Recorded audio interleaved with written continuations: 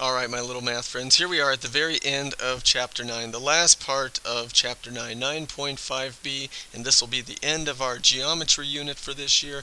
We're going to look at the volume of 3D composite figures. Okay, so something like this down here, where we got more than one type of 3D figure together, and we're going to calculate the volume of those. Alright, so the volume of 3D figure, like we talked about, it is the amount the inside of a 3D shape can hold. Okay, whether we're going to fill this with water or sand or something, it's the amount that it can actually hold.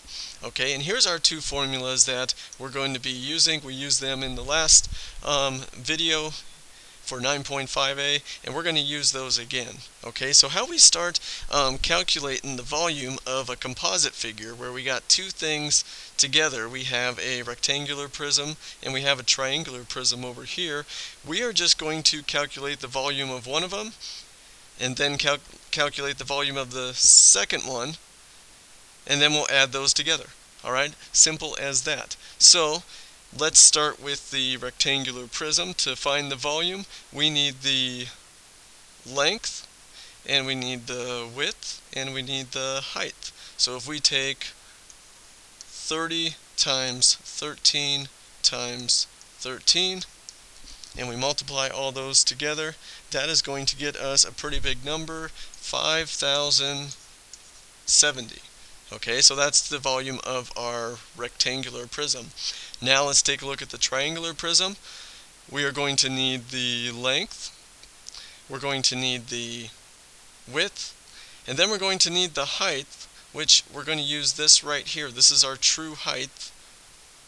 It goes from the top of the triangle down to the bottom, and it makes our 90-degree angle there, and that height is going to be 13. Alright, so we're going to multiply those numbers together, and then we won't forget to divide by 2.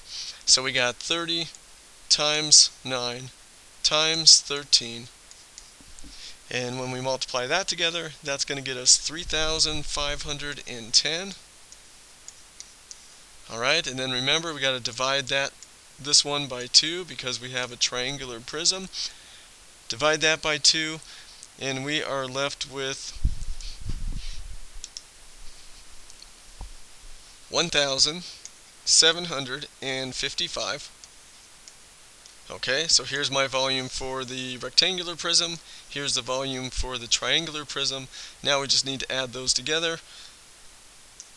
5,070 plus 1,755, and that gives me a grand total of 6,825.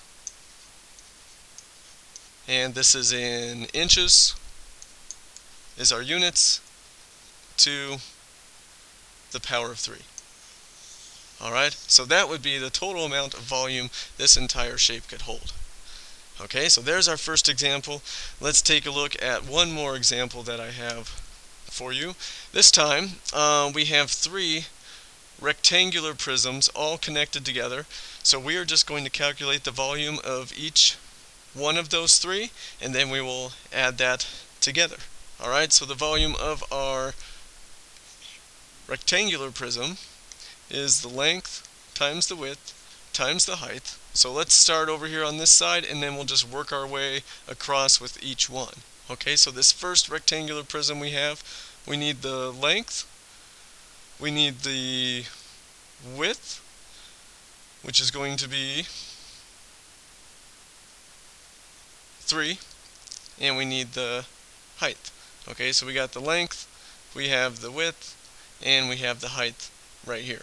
So we get those 3 numbers, we multiply those together, we got 4 times 3 times 3, and that's going to give me 36 for the first one. Alright, we got this one out of the way. Now let's move on to this little rectangular prism here in the middle.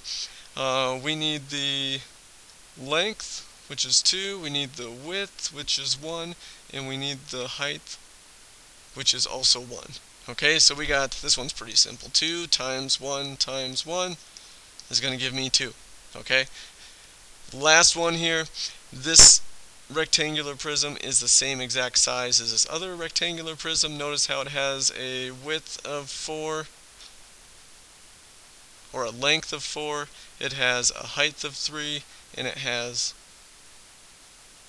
a width of 3. Okay, so same exact size. So it's just going to be another 36 for that one. So I can just put 36 down here because I already know that that is what it's going to be. Now we just need to add all of those up. So if we take 36 plus 36 plus 2, and we add that all together, that's going to get us 74, and the units is feet, and because we're talking volume, it's going to be feet to the power of 3. Alright, there's our answer for the second composite shape. Alright, I hope that's not too bad for you guys, and you guys are finding that a little bit easier than the surface area composite shapes that we were calculating. I'll see you guys next time in class. Don't forget about the try this problem, and we'll work some more of these ones out together, our last part of Chapter 5. Thanks for watching.